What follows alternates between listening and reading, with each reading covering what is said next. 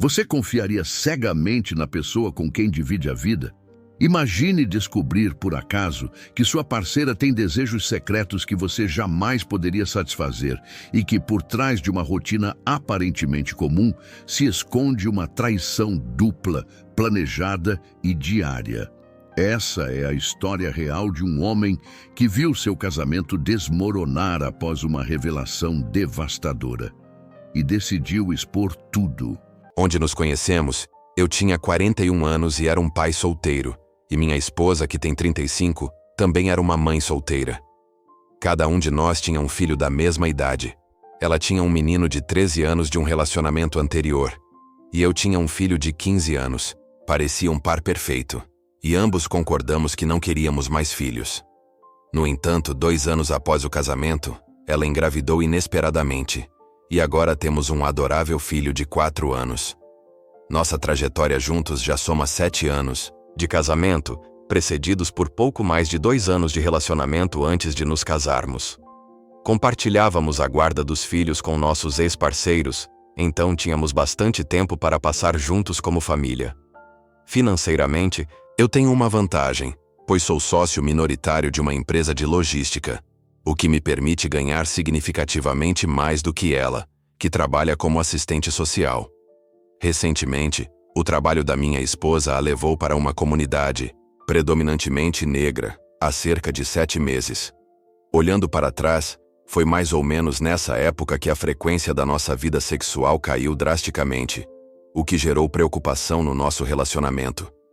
Antes de ela começar a trabalhar, nessa comunidade, eu sempre tive uma libido relativamente alta, maior do que a dela. Porém, tudo mudou drasticamente depois disso, e eu inicialmente não suspeitei de nada. Apesar disso, tentamos manter nossa intimidade viva, pelo menos uma vez por semana, geralmente aos sábados, mas na prática, acabava sendo 2 ou 3 vezes por mês.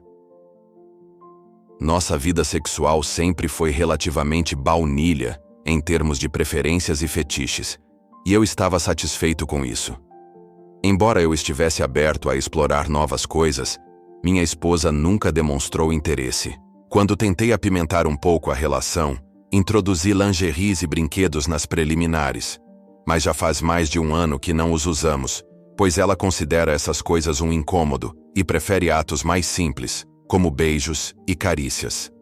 Mesmo com a queda na nossa vida sexual após o novo trabalho dela, eu nunca considerei buscar satisfação fora do casamento. No entanto, uma noite, acordei no meio da madrugada e notei que minha esposa não estava ao meu lado. Presumi que ela estivesse com um dos nossos filhos ou em outro cômodo. Eu estava prestes a voltar a dormir quando ouvi sons suaves de gemidos intermitentes. A curiosidade falou mais alto e decidi investigar de onde vinham os sons. À medida que me aproximava, ficou claro que minha esposa estava se masturbando no escritório de casa. A surpresa foi dupla. Primeiro, porque ela havia trancado a porta do escritório, e segundo, porque eu jamais imaginei que ela fizesse esse tipo de coisa sozinha. Nosso escritório fica ao lado do nosso quarto, enquanto os quartos das crianças ficam no andar de baixo. Fiquei surpreso ao descobrir que ela trancou a porta e estava se dando prazer, principalmente considerando que o computador da casa fica nesse cômodo. Presumi que ela estivesse assistindo algo que a excitou. Essa revelação foi inesperada, pois em todo o tempo em que a conheço, nunca imaginei que ela consumisse conteúdo adulto. Sabendo o quanto desejo carinho e intimidade dela, fiquei dividido em relação aos meus sentimentos. Por um lado, parte de mim ficou excitada com o comportamento atrevido dela, mas por outro, me senti um pouco excluído, pensando que ela deveria compartilhar esse tipo de experiência comigo, em vez de fazer isso sozinha. Ao voltar para a cama, não consegui deixar de pensar que isso talvez fosse um sinal de mudanças positivas. Quem sabe ela estivesse se tornando mais aberta sexualmente, e isso, no fim, pudesse beneficiar nossa intimidade. 3 dias depois, eu estava no escritório verificando algo no computador, enquanto falava ao telefone com um cliente. Para minha surpresa, notei sugestões de sites adultos na barra de endereços. A curiosidade falou mais alto, e pensei que talvez fosse uma oportunidade de apimentar nossa vida sexual, surpreendendo minha esposa com alguns fetiches que ela talvez gostasse. Suspeitava que ela não queria fazer sexo com tanta frequência porque talvez isso não a satisfizesse completamente. Sabia que era o histórico de navegação dela porque ela usa o Chrome, enquanto eu uso o Firefox. Mas como o navegador já estava aberto e eu ainda estava no telefone, não consegui investigar mais a fundo naquele momento. Apenas fiz uma anotação mental para ver isso depois. Assim que terminei a ligação, abri o histórico de navegação e pesquisei por conteúdo adulto. Conforme fui rolando a lista, senti uma mistura de emoções: choque, insegurança e confusão. Não sabia como processar o que tinha descoberto. Cerca de 90% do conteúdo adulto que minha esposa estava assistindo envolvia temas interraciais, especialmente homens negros fazendo sexo com mulheres brancas. Os títulos das pesquisas dela giravam em torno de frases como "negão enorme transa com garota branca". Apesar de sermos ambos brancos, essa revelação me deixou arrasado e inadequado. Não por causa do tamanho dos atores ou pelo conteúdo envolver infidelidade, mas porque parecia ser um fetiche forte dela, algo que eu jamais poderia realizar. Mesmo que pudéssemos usar brinquedos, caso ela quisesse algo maior, eu não posso mudar minha raça para satisfazer essa fantasia. Comecei a me sentir como se ela só estivesse transando comigo por obrigação, e não por desejo verdadeiro. Parecia que esse fetiche era o foco principal do interesse sexual dela, e isso me fez questionar se ela realmente me desejava. Além disso, não pude deixar de me perguntar se o trabalho recente dela como assistente social em meio período, numa comunidade predominantemente negra, havia influenciado ou alimentado esse fetiche. Esses pensamentos e sentimentos têm sido difíceis de processar, e isso abalou minha autoestima e aumentou minhas preocupações com a intimidade do nosso relacionamento. Em um sábado à noite, minha esposa percebeu que eu não estava tomando a iniciativa. Quando ela tentou se aproximar, eu a rejeitei, alegando cansaço. Minha mente ainda estava tomada pelas descobertas recentes, e eu não me sentia preparado para qualquer intimidade. Era difícil afastar aqueles pensamentos, e eu não sabia como seguir em frente. Conforme os dias passavam, não conseguia parar de pensar na situação, mas também me sentia hesitante em conversar com ela sobre isso. Parte de mim queria fingir que nada tinha acontecido e torcer para que o problema simplesmente desaparecesse com o tempo. Essa luta interna me deixou sem saber o que fazer. Durante esse período, eu não suspeitava que ela estivesse me traindo. A rotina dela parecia normal. Chegava em casa após o trabalho, saía com amigas ocasionalmente, mas, no geral, ficava em casa com os filhos. Mesmo que a ideia de uma possível traição passasse pela minha cabeça, não conseguia imaginar que nossos filhos não perceberiam se algo estranho estivesse acontecendo. Alguns meses depois, decidi não confrontar minha esposa sobre o conteúdo interracial e continuei sem suspeitas de traição. Resolvi deixar isso para lá, aceitando que nossa vida sexual continuaria pouco satisfatória. Passei a trabalhar muitas horas extras para me cansar e afastar os pensamentos sobre intimidade, já que sabia que ela não estava muito disposta. Era uma forma de lidar com a situação. Um dia, no trabalho, enquanto eu instalava rastreadores GPS na frota de veículos da empresa para melhorar a logística e garantir entregas pontuais, uma ideia me ocorreu: instalar o mesmo modelo de rastreador no carro da minha esposa. O pensamento de monitorar seus deslocamentos me veio à cabeça, mesmo sem saber se era apenas uma ideia passageira ou algo que eu realmente pretendia fazer. Depois de instalar o GPS no carro dela, descobri que ela estava visitando um determinado local com frequência, permanecendo lá entre 30 minutos e 1 hora antes de voltar para casa. Meus horários de trabalho me impediam de perceber esse padrão antes, mas com a ajuda do GPS, percebi que ela ia a esse lugar quase todos os dias. O local era perto do trabalho dela, o que me levou a considerar que poderia estar relacionado ao serviço. Incerto, e sem querer fazer uma acusação sem fundamento, hesitei em confrontá-la, com medo de que ela facilmente justificasse dizendo que era algo relacionado ao trabalho. Movido pela curiosidade, decidi verificar o local pessoalmente antes de voltar para casa. Para minha surpresa, cheguei a um conjunto de apartamentos com várias unidades. considerando que ela poderia estar se encontrando com qualquer pessoa dentro de uma das unidades. Eu não podia correr o risco de segui-la sem que ela percebesse. Foi então que pensei em contratar um detetive particular para investigar discretamente a situação.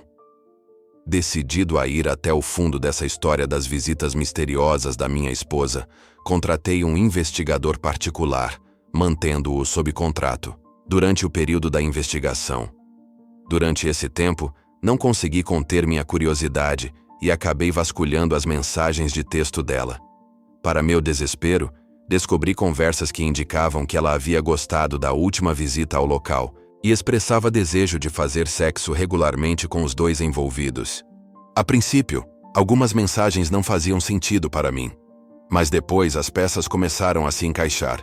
Infelizmente, algumas das mensagens já haviam sido apagadas, mas a linha do tempo revelava que o caso havia começado depois que ela passou a trabalhar naquela área específica da cidade. Fiz questão de gravar as conversas por texto para ter provas de como o caso evoluiu rapidamente de mensagens para envolvimento físico.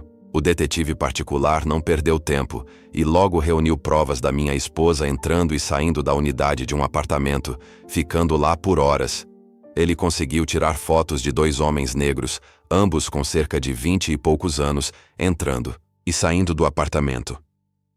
Inicialmente, presumimos que ela estava tendo um caso com um deles e que o outro era apenas colega de quarto.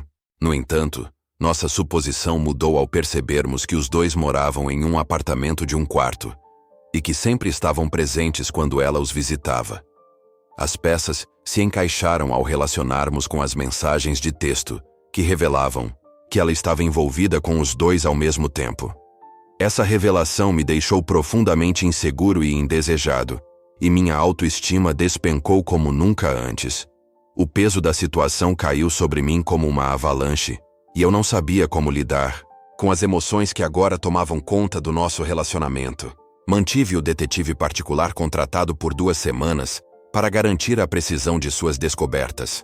Durante todo esse período, minha esposa nunca foi vista em público com nenhum dos parceiros do caso, o que evidenciava que a relação era puramente sexual. A constatação de que a intimidade era a única coisa que faltava no nosso relacionamento me devastou, me deixando com a sensação de estar completamente traído e destruído.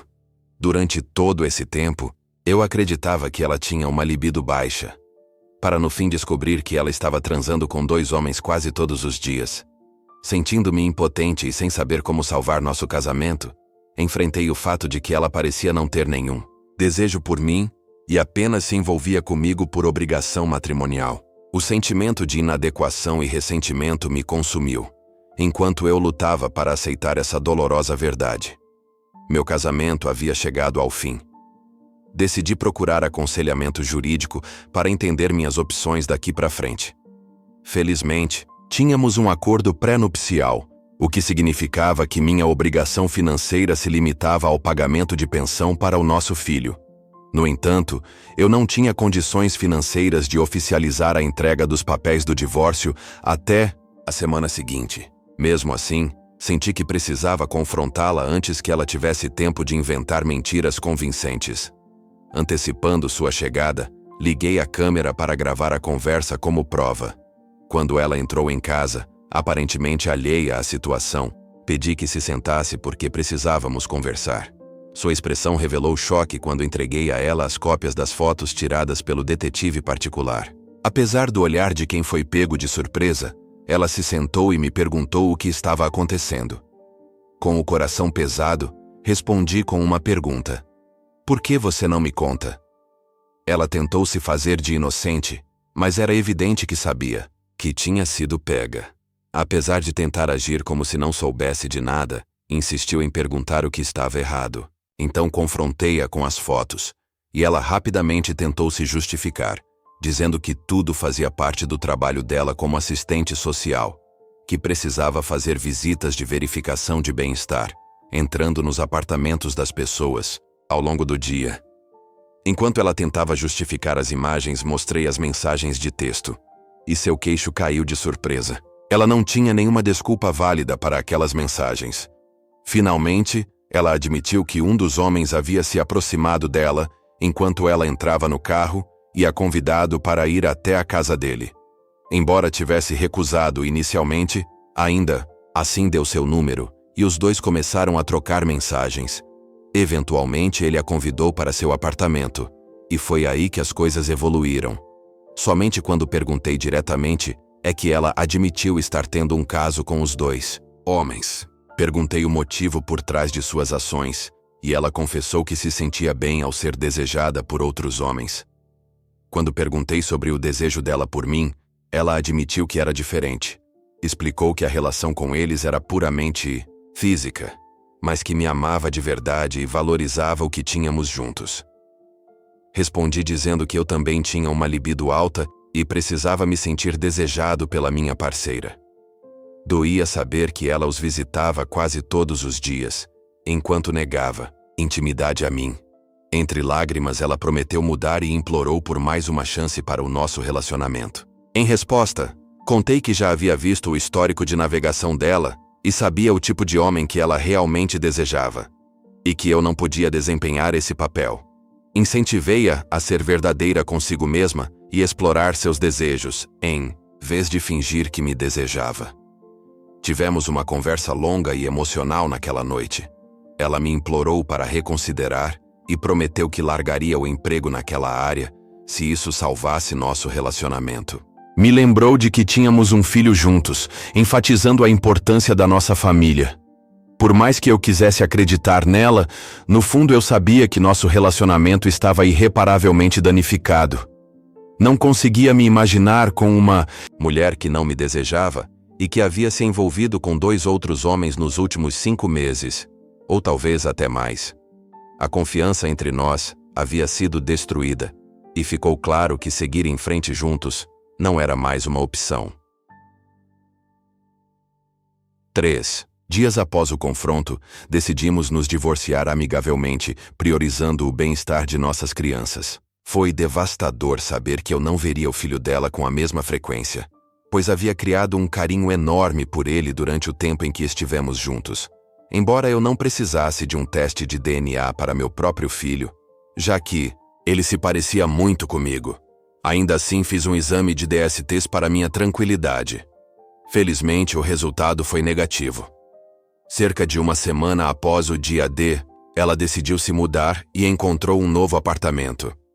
Desde então, temos conduzido o processo de divórcio de maneira surpreendentemente pacífica. Felizmente, nossos filhos entenderam que estávamos nos separando, e nossa abordagem amigável ajudou a tornar tudo mais fácil para eles lidarem com a situação.